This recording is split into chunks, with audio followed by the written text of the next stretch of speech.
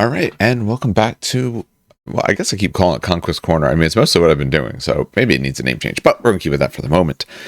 On this particular episode, we are going to be talking through some of the changes that just dropped yesterday, May 12th, for various factions. Now, I do want to talk about all of them.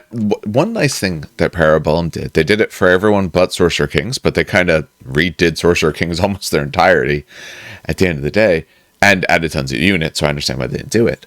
But for all the other ones, they essentially gave it to us in sort of like a patch notes thing. So normally for these, I show the side by side and we kind of go through it that way.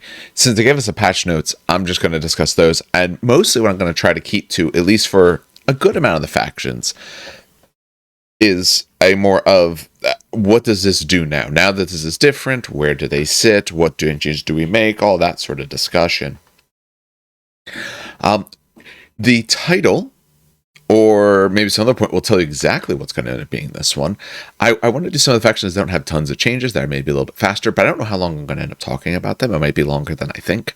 So because of that fact, we're going to find as I go for again. I can tell you right now, Wadrun are going to be separate because they got quite a bit, and I think their changes are a little bit more far-reaching. It's no surprise to anyone that they were the strongest overall, and I want to discuss what those now current changes might be doing to them. And Sorcerer Kings are going to be the own thing because they also have tons of new units to talk about and just very drastic changes. They are no longer the same. Hoping it's currently Tuesday when I'm recording this. I'm hoping this weekend to probably give them a shot. I was gonna play my Yoroni because now I got a whole bunch, including a whole bunch of frogs that I have to. It's finals right now, so I don't know if I'm going to get paint onto these frogs. It's probably not today, but tomorrow. So I have all that I'm working on. We'll see exactly how far I get. But maybe I'm getting 2 games this week, but I would definitely want to try out the Sorcerer King. So I want to try out their changes. So it's going to be more first impressions for the moment, but that's absolutely fine. It's going to take time before people have played enough games to know for sure. Keep in mind, if you want to pick up anything for Conquest, we do have a discount code in the show notes below. It's Train Kickers, saves you 10%, helps out the show as well, helps keep bringing content forward. All right, let's start talking about some updates, and we're going to start with Yoroni because, one, they're newest, and there's reasonably short, which helps out quite a bit. We're probably actually, so this is the document. We're probably just going to do the document mostly in reverse. And we'll go and take a look at unit profiles at times when it's necessary to do so. All right, so we are now for a lot of these, they showed us some, if not almost all, of the changes. So I know they call it like a preview, but in many ways it really wasn't much of a preview, depending on which one. But taking a look at the Yoroni, and what's nice if you look at this document, they do explain a little bit as to why. So they mentioned for the Daimyo, hey, it fits the lore and the spirit of the faction more, but the Daimyo is no longer Ka. He can take anything except from you. Personally, I love this change. So when we look at this faction overall, when we look at Yoroni, one thing I was finding is the Daimyo is, your cleave to kind of Oni guy. Essentially, he looks like an Oni. So I usually ran him with some Oni. However, he was Ka, their Ka, which means I can't double benefit. With your characters, the fact that your characters come with a particular ideal, it's more advantageous to put them in a unit that does not match their ideal, so that way you can double benefit or get a particular benefit that you need. So once you're in combat, Ka doesn't do anything for you because that's all about impacts, brutal impact, and things like that. So them both having it, once I've charged in or I've been charged, I don't care about that anymore. I'd rather be able to potentially have other bonuses. Oh, I'm kind of far away. It would be nice to be able to get that extra movement to get me closer for charges and all those sort of things. So being able to take him to something else now, I think is great. Personally, the way I run him, probably not going to be taking him as Ka very often at all. I already usually run a couple packs of Oni, so I have some of those. Running him as Fu is nice. I tend to like the birds. So, hey, this particular unit can get more movement, they can get closer. Especially good if you're running him with Oni, because having Juggernaut, because if you're primarily Oni, you get Juggernaut. Juggernaut making you an auto 11 charge is nice. If you need to now move charge or anything like that, you can get that extra bit of movement to get a nice bit closer. Or Chi to be able to be a bit more defensive overall. I know it's on the resolve part, but it's defense at the end of the day. So absolutely loving that. I'm even liking the possibilities, haven't messed around with it yet, of trying him with Sue, so that way if I run, say, an Onikami mix, that I can swap between which ones I want.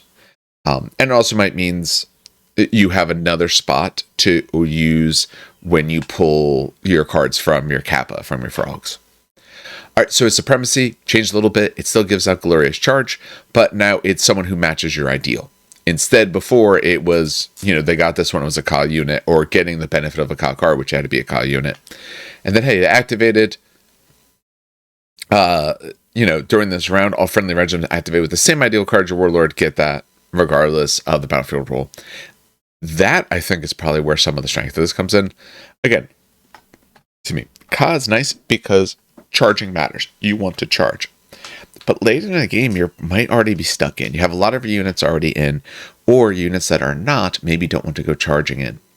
So having one of these other options, potentially more movement, or I'm kind of liking him, honestly, potentially as a chi option, because that means, hey, anyone can get the chi bonus. Everyone's a little bit more survivable for that mid-game when you're already stuck in, or you need just to not go away. So loving the change. Not sure how I'm going to take him yet. I'm probably going to start him with Chi and see how that goes. The Damaru Damashi, we've already seen this change. So they did illustrate this to us before. All right, so talking about briefly, 140 points out in Nomads in red. They were 140 before. I did talk about them before, but I'll go through these guys really quickly. Extra move, so a bit faster. I like my lights to be very, very fast, especially my lights that I can shoot through.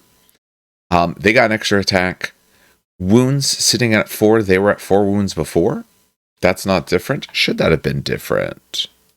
Yeah, in the article they put out shortly ago, it actually says 5 wounds. My guess is that's a typo. Every now and then, be aware their documents have some typos and they alter them. So my guess is actually supposed to be sitting at 5 wounds, because everything else agrees. Let's assume for a moment they're supposed to hopefully be 5. That adds to survivability greatly, especially when, hey, they're going to get tenacious too, when someone's shooting at them. I said, you can draw a line of sight through them, and hey, if someone else is going to shoot them, tenacious too.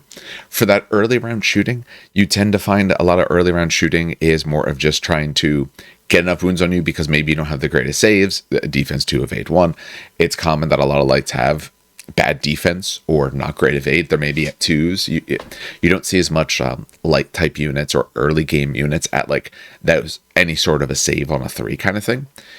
So getting that tenacious 2, that lighter unit that's shooting at them, hey, now they're not going to do much of anything to them.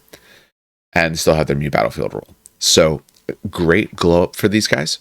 Assuming, even if they didn't go to 5 wounds, I still love them. I like them more at 5 wounds, obviously. But even if they stayed there, everything else is great. And that's why, okay, they've shown us every model except for Shikigami. We know everything else is coming out by June or July. I forget exactly when. Shikigami, they haven't. And that's fine because they're still bad. Counts as size 1 isn't really much of an advantage for this army. I guess it helps Tengubushi because that way you can see the target behind them to charge because they have flying and go right over someone, or in actuality, it kind of hurts them in general being size 1, because that means they're no longer they're a brute that's not blocking my other brutes. And yeah, they were infantry. They were designed to be a brute type thing. Like I said, they're much more like a hunting pack. But honestly, they're still bad, and we don't know when they're coming out. So hey, they got time. I would honestly never take Shikigami currently over Damashi as being better, or even Origami Warriors. Modular stands all getting +1 wound. This was needed. I will have to say, in my multiple times playing with them, I've played about 6 or 7 games with them so far. Yes, you're a bunch of brutes. You got a good amount of attacks and things like that, but you are paying heavy points for all your guys. When you compare it to some other brute units, you are paying a bit more. Your per stand cost tends to be a good bit higher than other people's. And yes, 5 or 6 wounds, depending on the type of unit where you were before, is good. But you just have less models in general. You have less models, you have less wounds. When you're paying on average, I guess technically maybe 75, but most are 75 or 80. So maybe even call it 75, just for simplicity. When you're paying 75 points on average per stand, you're going to have a lot less stands. So they need something to buff them. So, hey, getting an extra wound really does help out. Especially helps out the Tengu, because the Tengus were lower on wounds. Especially the Akiashi, because they were only at 4 wounds. Now they're sitting at 5. A good bit more survivable. It's something... I understand why they did it. I don't think it's a good enough trade-off. But Kami Akiashi, now, instead of getting +1 to defense and evade, which they did before, should be both. Yep, I checked. It was 1 to defense and evade. Now it's just +1 to the defense, and they get Tenacious 1. Depending on what you're going against, obviously this can be better. Depending on what you're going against, it theoretically could be much worse. Obviously, 3s with Tenacious is not... let's assume no cleave for a second. 3s with Tenacious is not nearly as good as 4s without Tenacious if they don't have cleave and you're having to take a whole bunch of dice. Now, that +1, if someone actually has some cleave, now you're doing a lot better. Because, hey, well, I guess even in that case, they initially would have had to have cleave 2.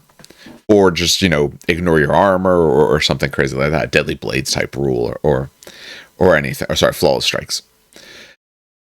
So, I understand their concern. I give it an extra wound, and now you're a 4 defense on, 7 wounds. Harder to move. What this means is for small little tiny bits of attacks, probably better, but for those big, massive swings when someone comes in, unless they have a lot of cleave, it is worse overall. So, it's not what it might do for me right now. When I take my Kappa units, I've been putting like a Kami in there because I want to make them defense 4, and the turns I need them to stick around. I'm probably not worried about doing that as much anymore. The extra evade, now, depending on the sorts of lists you see in your meta, maybe it matters a lot. If people are running tons of cleave or tons of things that are really lowering your saves, then getting the extra evasion is huge. But if they're not, I would have preferred to stick at the 4. The Tenacious is nice, but it's only 1. And it's there's no way to nicely stack it to get to a good Tenacious number. Because also notice it's not Tenacious +1. Not that there's ways to stack it really in this army, but if there was, you could do that. That's not going to be an option here. So they're okay. I have a good amount of Kami. I like the models more than I used to. I'm not having as much fun painting them compared to some other models. I'm not nearly as worried about having quite so many now. I do still think a 2-pack isn't bad for a backfield objective, but it's not going to survive the same ways it used to. So, I don't know. What I will say is my Kitsune Bakatsu, she used to... I really took her in often Kami units for the survivability, because I would take her with enough upgrades that she would be the blender that I need, and they're there to make sure she sticks around and imposes will. I don't know if that happens the same way anymore. So this, I think, actually potentially greatly changes the way I'm going to list build. And the next part does as well, because Tengu Bushi did get some nice improvements. Tengu Bushi always have Flawless Strikes, but now if it's only Tengu, or particularly Tengu Bushi, and I don't see a lot of reason to mix Tengu in with other units, personally. Okay, I guess... if we take a look at what their command rule, they would ignore the hindering terrain, which is nice. So, but that's only if they're leading. So you'd want to put someone else with them. I don't know if you actually want anyone with them.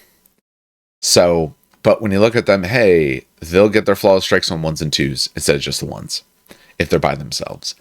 Currently have 2 Tengu Bushi. I am putting this out on both visual and just audio formats because I want to start putting stuff out there as well. But if you're just listening to this, you won't see some of the stuff I show. But I do have 2 of them. They're from the starter box. I picked up one of those. I have another box. I was going to build them as Akiashi. I might build one of them as Akiashi and the other 2 as the Bushi to give myself some more options. Because now that they're getting it effectively twice as often, it's now has reliability. It now does something more. Hey, they also have that extra wound, so they're going to stick around a little bit easier. So, hey, there's that target with like Well, I guess Oni can do a similar thing, but they don't fly. There's reasons to take these guys potentially instead.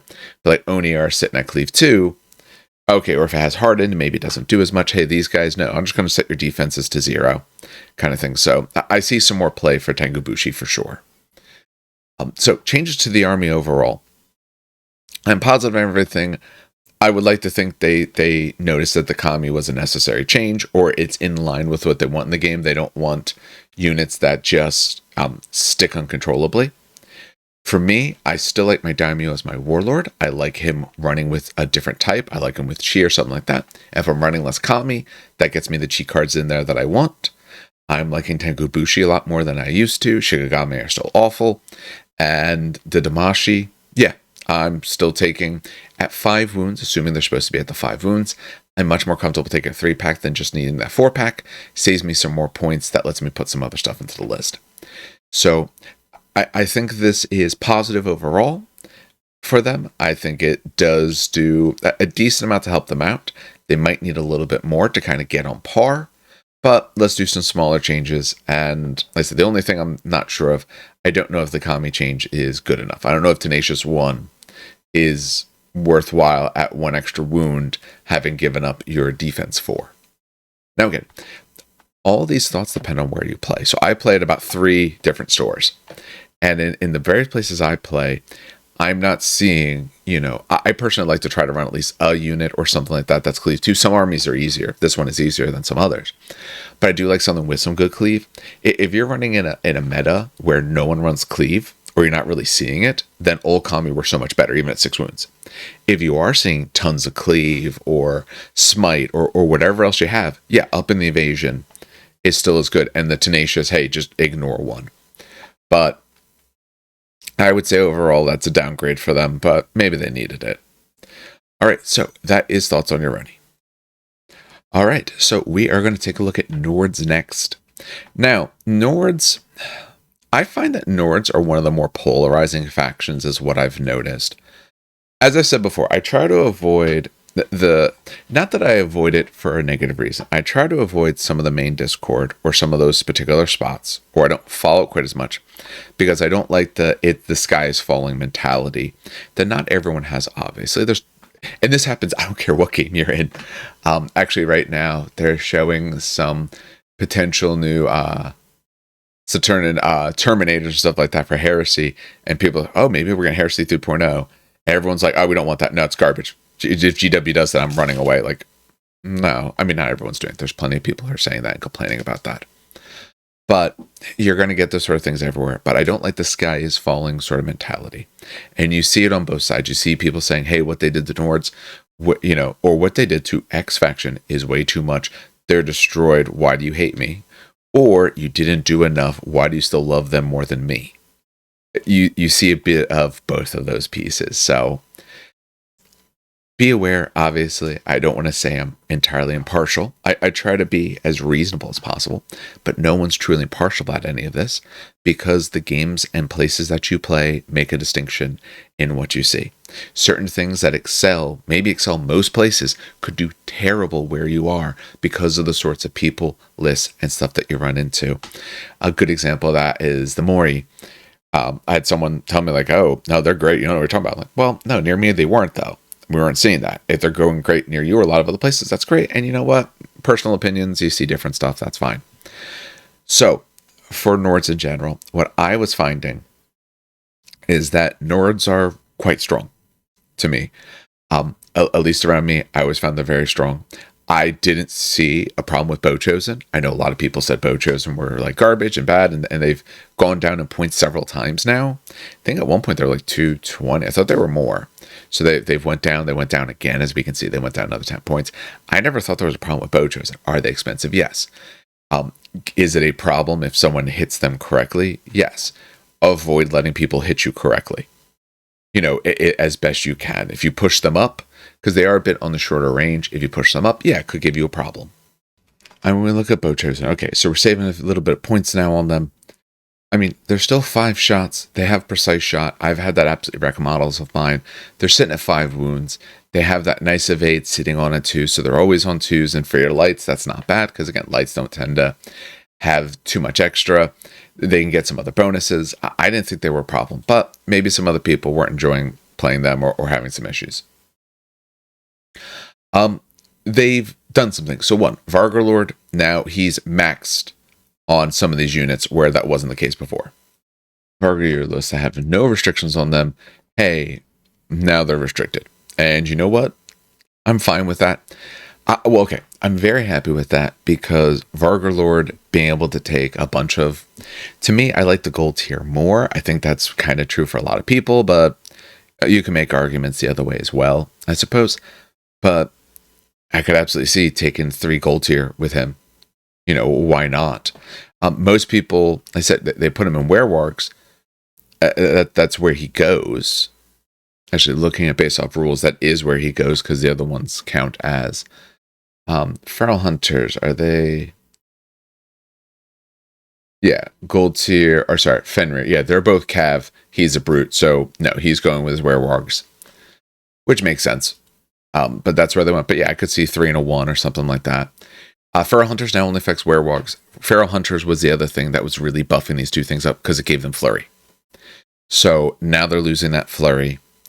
Now they feel, honestly, they just feel a lot more fair. Don't get me wrong, gold tier are still really, really good. If we take a look at those gold tier, just really briefly to talk about them. You know, they still have the brutal impact. They still have tons of impact. They still have line breaker. They still trample. But at least now their swings, they're not re-rolling everything because otherwise they're on 4s re-rolling. Are they still good? Yes. Is this a tone down? At least a little bit. And again, near me, where I play at least, I haven't seen spam style lists, but I know they exist. I've looked at, you know, world's lists or high level lists, and sometimes it is, hey, this thing is good. Let me take like 3 units of it. I wasn't seeing it too much, but I do like at least they're making sure they're not getting that a bunch. Jarl now gets Bow Chosen. And hey, Bow Chosen are cheaper, so you no longer need, well, I think it was just a Konagir before that took Bow Chosen, if memory serves. This is the old one. So I think that's all it was. Yeah, Shaman couldn't take it. Yeah, it was Bow Chosen. Yeah, it was just in the Konagir. So now you at least have other options. If you want to take Bow Chosen, or maybe have a couple units of Bow Chosen, you can pay a little less. You can just take the Jarl now. The Konagir has been kind of toned down in general anyway. I'm not huge on him. Compared to what he used to be essentially like an unstoppable monster. Especially with some of the ways you could kind of beef him up. But now, okay, he gets those tribal tactics, but if you're not taking the right units, the tribal tactics don't really do much, or in some of the games don't matter very much. I've seen them do some good, but I don't know if he's worth the extra points for that. But if you wanted Bow Chosen, he was a tax. You no longer have to take that tax. Now you can just take a Jarl. Hey, Jarls, as you know, they are cheaper in general and all, so it's a nice change to at least allow your units to come out of other spots. Or, like I said, you can take that, and then it gives you, if you didn't want to have to take a Raiders, a Huskarls unit, or Ulfanyar, you now can take that Bow Chosen to get to your restricted options. So, absolutely love that. Steel Chosen, yeah. When I talked about units that I didn't think were that good, I hadn't actually played Steel Chosen. I think I talked about these guys not too long ago as well. But what I find, the other thing, in case you're watching, I always find, even though I know it's in alphabetical order, and I'm fine with my alphabet, whenever it's on this, it always takes me a second, because for some reason, while I'm talking, I don't like see the words correctly. So I just kind of scroll right past them a lot. I don't know. Maybe it's just because of what I'm paying attention to. But taking a look, so these guys are now cheaper, because I didn't really like them that much. So Flurry is nice. They have good attacks on that. And Line Breaker. But if you don't have Shields or Bastion, you don't really care too much about that. They don't really have very much in terms of save their defense to evade 1. War Brethren, they get the tribal tactics thing, but we kind of already talked about how I don't know if tribal tactics are so great and awesome. So the points reduction was absolutely needed. They went down by 20 points a unit, 10 points a stand. Absolutely necessary. I don't know if it's enough. I don't know if I would say that puts them at competitive. I think, of course, depending on the type of list you run into, if you run into people with shield line breaker, if you run into like a bunch of Praetorians, then sure, great against stuff like that. But, and the flurry is nice, especially now that's more rare for your army because they took it away from your gold tier and your Fenrir. They're getting it from the werewolves.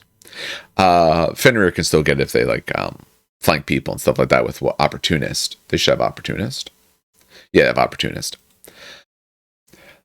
I don't know if it's enough to make me want to take a bunch of Steel Chosen, but I think now you could take like a 3-pack and not feel like it's the worst decision ever. Is it the most competitive? No, I still don't think it is.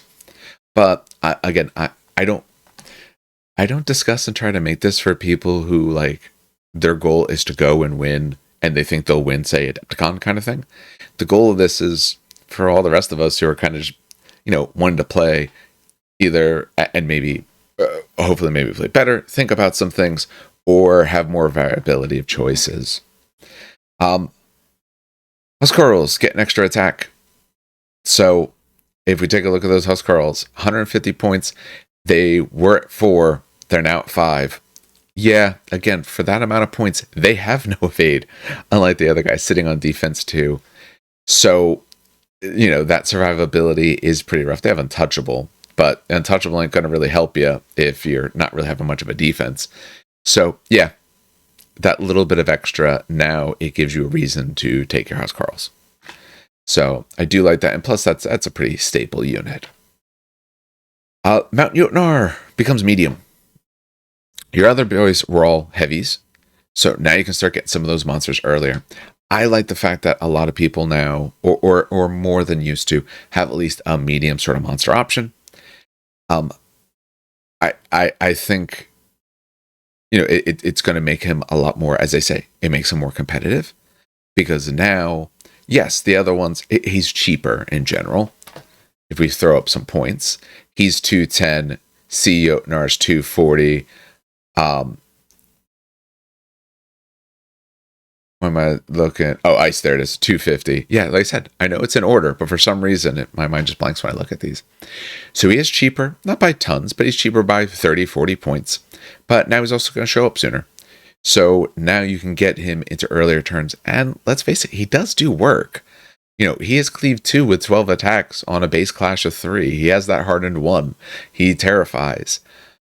So he does good work. And him coming out sooner means he can actually get something done for you.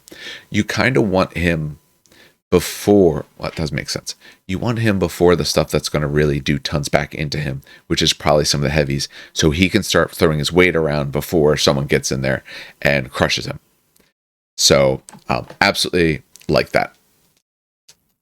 Your Fenrir, they gained flank. Since they lost the Feral Hunters, they get back flank, and Gold Tier got that +1 impact. They used to be 3, that's why they're impact 4.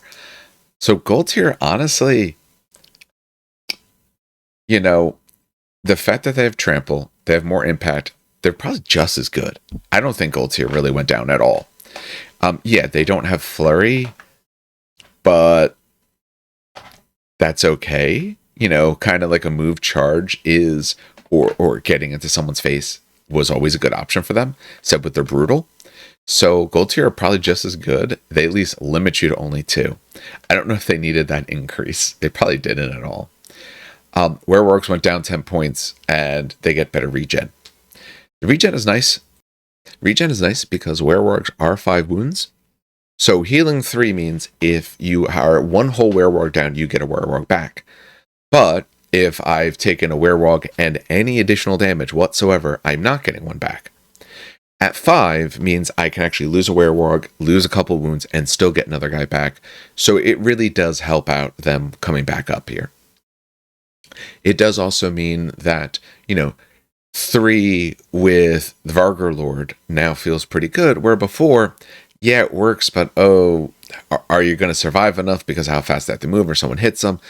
With only 3, if you take, 4, they're 5 wounds. You took 6 total wounds. You're not getting a guy back. You're only healing up 1. Now you can probably get a lot more done with fewer of them. I think that's a fair change. Although I will say, I don't know if they had to lose points at all. I don't know if, again, at least where I am, I was seeing werewolves. I was seeing a unit of them with a Vulgar Lord, not Vulgar Lord. Vulgar Lord with Gold Tier and Fenrir. I was already seeing that. So when I think about these changes overall, I think they helped Bow Chosen. Hopefully enough, but I think they helped Bow Chosen. Not that I thought they needed it much, but they helped Bow Chosen.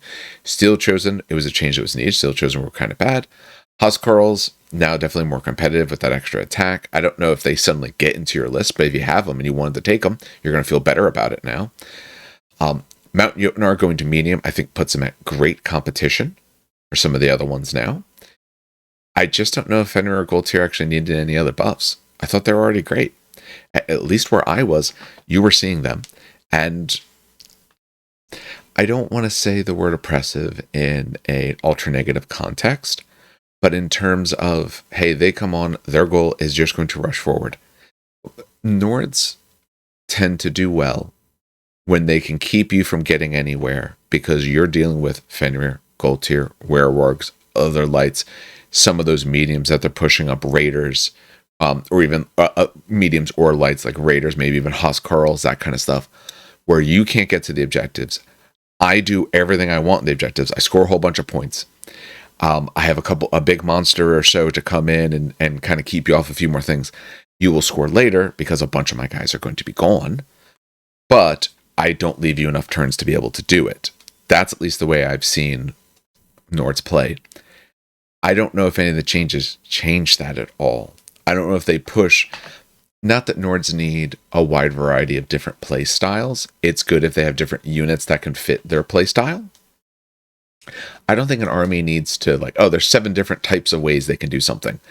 I'd rather, hey, this is the thing they do, and there's 7 different things that can accomplish it. So, but I don't know if these changes were honestly needed. I don't think giving them a bonus was necessary at all. I think without flank or the impacts for your beast packs, I think you would still want to take 1 to 2 Gold Tier. Maybe not the Fenrir. You can make arguments. But I think the Gold Tier, I think you'd take them. Without the +1 impact and not having Flurry, I'd still take them. Taking a look at them, for anyone who's watching along, it's 160 points. The Brutal one, they were 3 impact, now sitting at 4. So with that line breaker, that means they're actually getting a good amount through on a base clash of 3. They are still 5 attacks. Yes, Flurry was better, but when you're inspired, 4 with rerolls versus not, it's not a huge difference. Don't get me wrong. 8, of course, helps. Flurry is always better than not having Flurry. But it's not like you were 2s with Flurry, where, you were expected to miss most, so getting a reroll is going to cause appreciable difference. If you're inspired, you're on 4s. So you're only missing on 5 and 6, rerolling that, you're only missing 1/3 of the time, and then you're catching 2/3 of that. That's only about 2/9. That's not a very big difference. Unlike when you think of Athanathati, who are on 2s or maybe 3s if inspired on the turn that they say charge in. Now you're actually gaining 25% back in because you're missing a half and you're getting half of the half.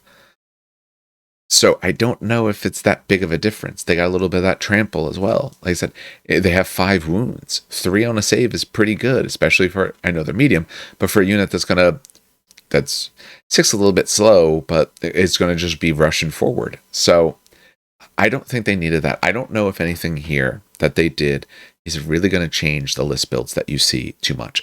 If you weren't seeing Bow Chosen, because everyone told you they were terrible, I don't think you're necessarily going to see them now, unless people ran Jarls, and now they have the option.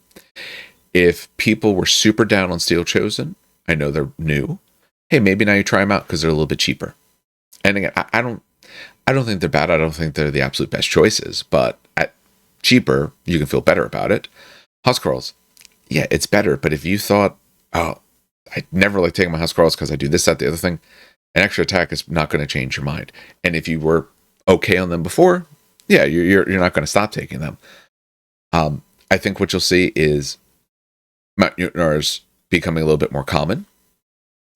Because let's face it, if you play Nords, you probably have 1 or maybe even 2 because they came in box sets for the longest time. So maybe now you feel a little bit better about running them. Maybe you don't run some of the other Jotnars. And otherwise, I don't think you see much changes in the list, at least not the ones that I've seen.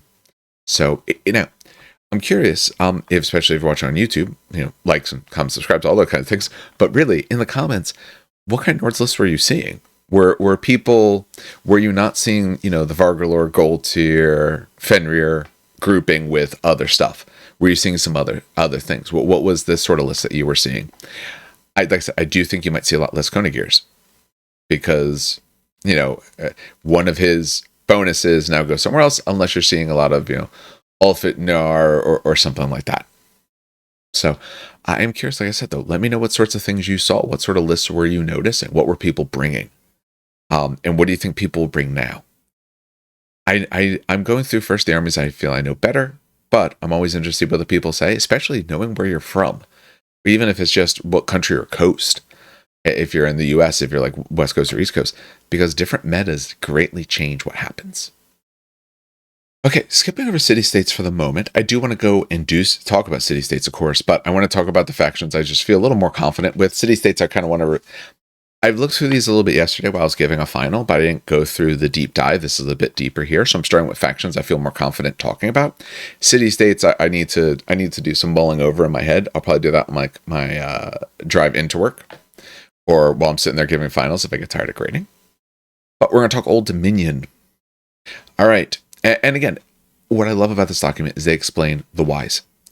It helps us understand it. It doesn't mean you have to agree with it. You can still say they made this change, like that last one. I don't think Gold Tier needed the +1 impact.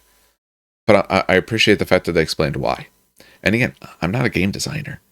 I give these people a little bit of an aside here for a second. If, say, you played GW games in the past, you might have heard of Matt Ward. I know at some points he's written codexes in 40K for some of the armies, and people will tell you, if he writes your codex, he's writing it because he loves it, and they are going to be so overpowered and stuff like that. Even then, when everyone sits there and says, here's how this person has done a bad job, here's how, well, you know what? You're not a game designer.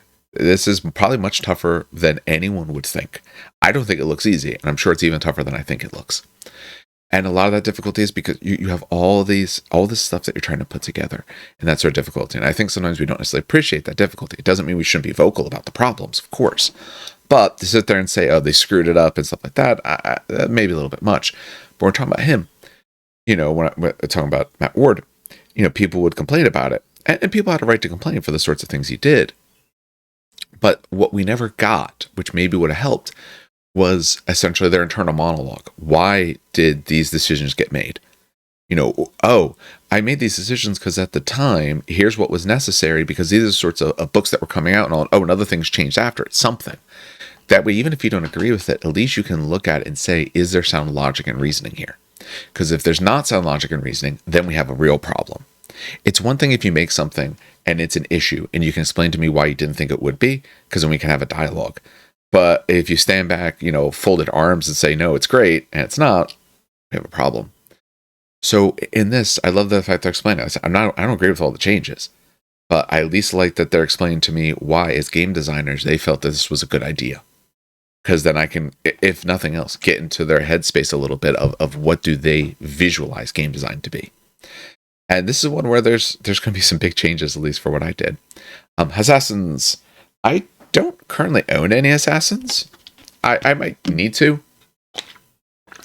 I have too much stuff to paint right now, but I have some time for summer coming up, so I'm going to hopefully do a bunch of painting, a bunch of recording, and playing a bunch of games. But they went down by 30 points and 10 points a stand. They did lose an attack. I don't think they needed to. These guys, for the longest time, were, for many people, the worst unit in the faction. To me, it was a toss-up. The only reason I kind of kept with them is because they at least had their cleave. And yeah, I know there's a lot of evade, but not everything is evade 2 or evade great. So I saw their kind of point for an early sort of cut unit. They wanted to trim down the attacks. Maybe that would be too much. Still sitting at 7 attacks. But they definitely need the points reduction, for sure. Losing 30 points is going to help them out quite a bit. As I said, I don't know if that does enough. As an Old Dominion player, would I have taken them before for fun? Sure. Would I have taken them if I was trying to run like the craziest thing ever? Did they always have deadly blades? They did have it last time around. I wasn't sure about that. All right, so I guess mate with deadly blades and a cleave 1, losing attack is fine. They definitely need to go down in points. I don't know if it's going to be enough. I think now if you want to take them, you won't feel terrible about it. Especially because of some of the other changes, you might have some more points freed up than you did before. But it's a good change. I don't know if it'll be enough to throw them everywhere, especially losing attack, but it's okay. I'm happy with it overall. I would rather them be cheaper and lose an attack than be just as expensive. All right, so now for some changes that hurt. So if you're a player of an army or any war game, doesn't have to be this game. This is game agnostic. You always need to make a distinction between what is good for the game and what is good for you. And those two things are not always the same. What it really should be is what is good for the enjoyment. And I've always been a strong proponent of, if you are doing stuff that is just unfun for your opponent, then you really shouldn't be having tons of fun. I like good close games. Actually last night we were playing Arkham Horror, the card game, and it was like the last pull from the bag of the last couple actions I was doing that got us out of there, kind of thing. That makes it good. Even if we had failed there, it wouldn't have been really that feel bad. Yeah, it's a little bit negative, but you know what? It was close. It was a nail biter. That part is fun. You don't want things, or at least you shouldn't, if you're, really trying to play, of where, oh, how'd this game go? Well, I utterly destroyed you so early. Why did we even bother playing, kind of thing. That hopefully isn't ton. It can be enjoyable at some points, but it shouldn't be tons and tons of fun. It should be closer games that kind of have a back and forth or something like that. So, having said that, Cataphracti with a Hyratos, I know some people weren't big on it. I know some people who are not. I was always very big on it because I found if you were careful with how you applied it and your opponent didn't stop you correctly, not that it was always easy either, depending on their lists, but they'll stop you correctly, that could be oppressive. It could be. It's not always. I have had times where that unit does nothing, because the big thing with Cataphracti is if they're not charging, they're not doing anything. Maybe when you're tier 3 and they're at least inspired, they'll get some extra hits, but otherwise, they're like 5 attacks on 2s. They're not going to get you anywhere. They need to charge in. What the Hyratos used to give them was overrun, which meant you could double charge in a turn, and if I break you on the first hit, on the impact, I get to impact again. I had used that on many occasions to destroy 2 units a turn. Also keep in mind, with the Ultra Tigos ability that would give you a free reform, I could charge in, destroy someone, reform, then charge someone else. I even had a case one time where I ran away, reformed, charged back in, because I knew staying there wasn't going to do me any good. I wasn't going to take enough wounds to take me out. Do that. So I think they even put that it was Cataphracti were poster children of the difficulty new players faced when encountering the Old Dominion. Whenever I would play people, I tell them, do you know what this unit does? Do you know how it operates? And if they don't tell me immediately, or didn't tell me immediately, long time play, oh yeah, I get it. I know you can charge all this stuff in. If they say, oh yeah, I kind of get it, I'll calf. No, I'm going to explain to you exactly what they can do, because it's going to be real feel bad on my part. Even if it's a tournament, I don't care. It's going to be real feel bad on my part if you have 2 units up there, and at the end of after their activation, I've eliminated both. And I'm maybe now in a spot where you can't necessarily do anything about, that kind of feel. Were they expensive? Yes. Were they at some points very tough to use? Absolutely. Timing mattered, all of that sort of stuff. The changes they did for this and their Strategos, their Strategos change alone would have lowered them quite a bit without the Hyratos change, I feel. Still probably a bit too much, but changed a bit. Now with both of those, I don't think you have to take Cataphracti. I think you can. But to me, they don't feel like, oh, I want to fit them in my list. The only lists they weren't in mine were my Fallen Divinity lists. Now, if I don't take them, I'm fine with that. I can build. I don't feel with the way they are right now that I am at this overwhelming negative if I don't have them in my list. They are still good. They're no longer absolutely amazing. And they still have the same big downside. If they get charged instead, they're probably not doing much of anything. So, Hyratos is now 10 points instead of 20, but they get to reroll the hits on their impacts. They're normally 2s, going to be hitting on 3s with the impacts. We're usually looking at about 4 impacts. Let's pull them up. Because it would be the same ability if because the Hyratos and all could be in there as well. Oh, sorry, not the Hyratos. The Strategos. They're normally 3 impact. You can get them the 4. You can get them the shock. If you get them the shock, that's how they can get to hitting on 3s for their impact. So, although that's tougher to get now because you got to get at least the tier 2, there were some ways with the actually, the Strategos can still count that ability up. He doesn't let them reform, but he can still count them up. So these things have the shock because, okay, that's good, especially with Brutal Impact 2, getting the rerolls. Now you're hitting about 75% of the time. But you've lost the ability to essentially double tap people and potentially do 4 impacts in a round. So yes, they're much, much worse than they were. It is much more newer player friendly, but I would say very experienced players, they were already helping to mitigate, at least to some extent, the Hyratos problem. So if you didn't think Hyratoses did that much, it might be because the people that you play against understood what to do about it. But, so, does it make my list worse? Absolutely. Is it a fair change? Yeah. It probably honestly was too much. If you take that early and people didn't know what was going to happen to them, it is very negative. So, it still hurts though. Still love mine. I still have 6 of them painted, or 5. One might not be painted. Mori and Karis both had effectively the same sort of change. The big thing is both of them lost their basic priest and it went to memory. They both get free spellcasting now, and they get priest X, where X is +2 per stand. So before, they were 1 originally, if you played for long enough, Mori they were spellcasters with 0 dice, and they got dice on Memories of Old. Now, more recently, they were able to cast spells because they started with some dice and they got more dice. What they do now is Memories is what gives them those dice. And notice it is a free spellcasting action. So when we take a look at, say, Cares, it's not a big change.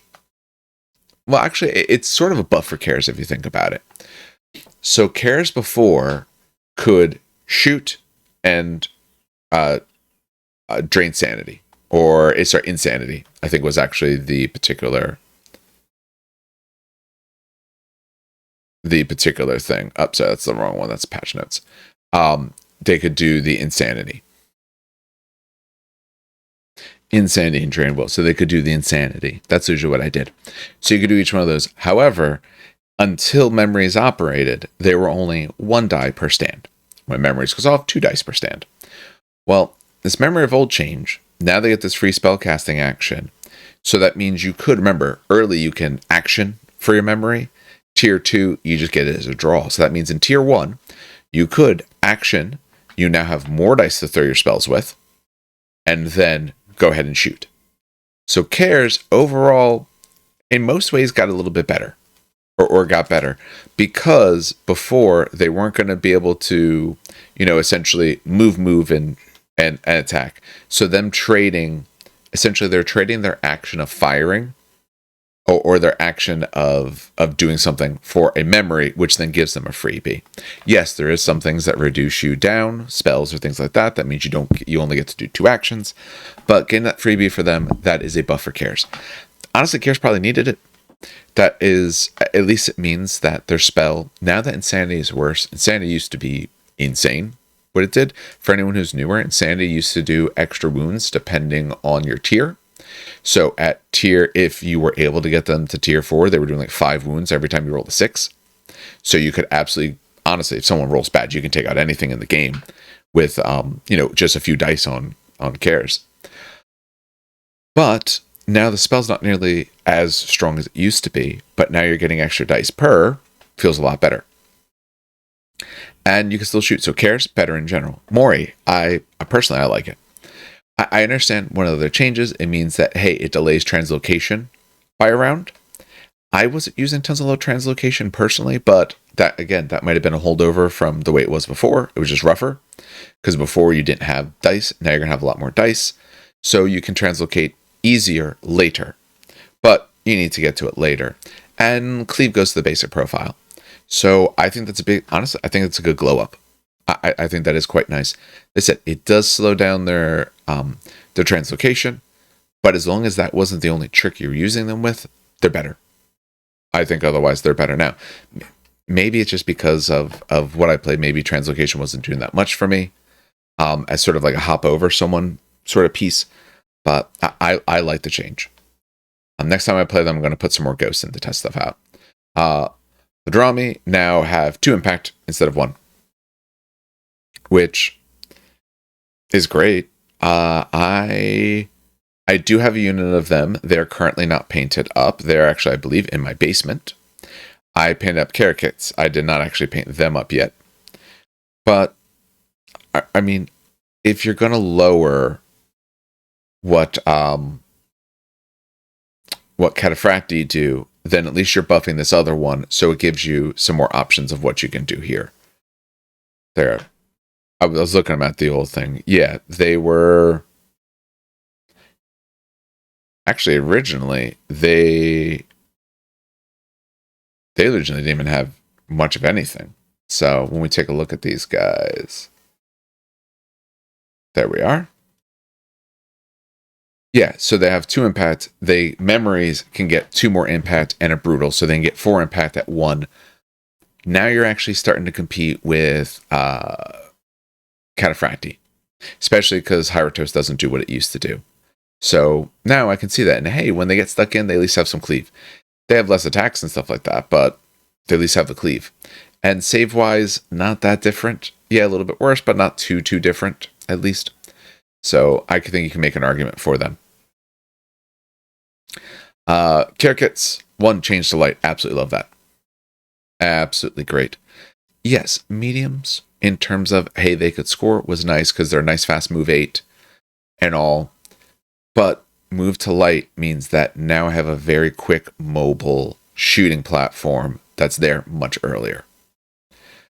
Range 14 instead of 16, that's an absolutely fine change, not that far. They are, like I said, Barrage 4, Armor Piercing 1. It's moved to Memories of Old. So if we take a look at what they got now,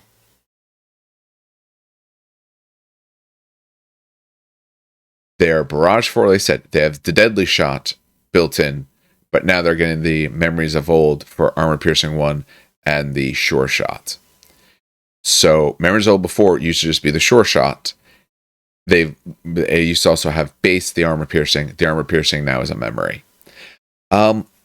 Changing to a light, that's probably fair. Yes, I liked them better when they had all the extra bits. Oh yeah, they roll a 6, it's 2 wounds instead of 1. Yes, the Armor Piercing was better, but if you're going to come out earlier, they don't want you to be out earlier and removing what little, if any, armor saves people have, putting them to usually, unless you're going to say Nords, just their worse evades. So I'm fine with that. That means you can get them out early. They can harass. If you are in, as soon as you get to tier 2, which, depending on the way you run lists, the way I run lists, it's like turn 3, I'm probably tier 2. Or some point in turn 3. Now you have your Armor Piercing, you have your Sure Shot, now you have all your buffs back. So they're quick. Maybe you play a little cagey with them. With only 14-inch range, you want to be careful about what you try and engage, but you can get some pop shots off early. You can potentially go towards objective markers to start putting some wounds on those, or harass someone. So I like the change in general. Them being earlier, I really like. I kind of wish Padrami were lights as well, but hey, doing for Karakets, pretty good. All right, real quick change. Dark Pirate Pool 3, it's you gain Inspired, you're not always Inspired, so things that lose Inspired now would lose it for you. Okay, fair enough. Strategos, very big change here, at least for me, at least how I ran it, because if I wasn't running Fallen Divinity, Strategos was always my Warlord. You still count your empowerment tier activated, so once per game, 1 round per game. You count your empowerment tiers 1 higher. That's great if you want your memories of old when you're tier 1 to count as tier 2, so you get those memories. I tend to just use the ability like turn 3, sometimes turn 4. Every now and then, if I can delay it, maybe now with Cataphracti, maybe I do delay it. I can, when I'm tier 2, count as 3, so everyone who's stuck in is inspired. That kind of stuff. And yeah, you're allowed to get to tier 4 and all. The other thing is, friendly regiments that arrive this round from reinforcements get Vanguard 3. Okay, Old Dominion is slow. You are giving us 3 extra inches. That's great. That's a good amount of movement. The problem is activated, so you have to choose the turn when you're doing it, and it has to be a turn where you're bringing enough stuff in that makes it worthwhile. The problem is the turns maybe where you want empowerment and reinforcements are maybe not the same rounds, especially with the Cataphracti change. When the Cataphracti were really crazy, yes, I tended to do it early because I wanted to get them all the buffs so they could go and take out 2 units. And a few other people, I could reform them for free and get some marches and stuff like that. It was great for my Legionnaires. Because maybe I could start them in a spot that's not ideal, but free turn, double move, they get that movement. The Vanguard 3 is nice, but now you're almost guaranteeing, if you want to use it at all, that you're probably doing this turn 3, maybe turn 4. Those are the turns you're probably tier 1, tier 2.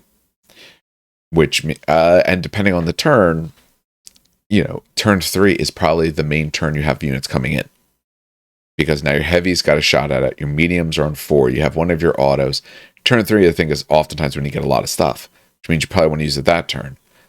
Are you getting enough out of your empowerment to use it that turn? I say, I often have used it on turn 3 or 4, but now I kind of feel like it does 2 things, and they might compete.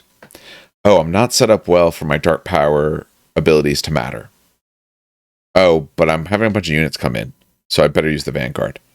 Or, oh, you know what? Next turn, if I save it for then, oh, my Bone Golems will be into people. My Cataphracti are set up for the charges. All these different things of what we could do. Oh, but most of the units are coming on this turn, so I won't get the Vanguard. I feel like they're competing against one another. I think it's guaranteeing that's a turn 3, 4 thing. We know the Sepulchre is coming out in the future. It's the same as the Theocrator. We already know it has some Vanguard, which means it doesn't care about this, because I was thinking, okay, maybe for some of our bigger, slower units. Oh, but that one we already know has Vanguard, so that's not going to stack. I don't know. I do like it overall. I do think giving Vanguard is good. I liked what it did before more. So, essentially, the way it feels to me with Old Dominion is they saw 2 big problems, or maybe 3 if you think Mori were a problem. I know there were problems in some places. They saw like 2 big problems, and they took the bat to those problems.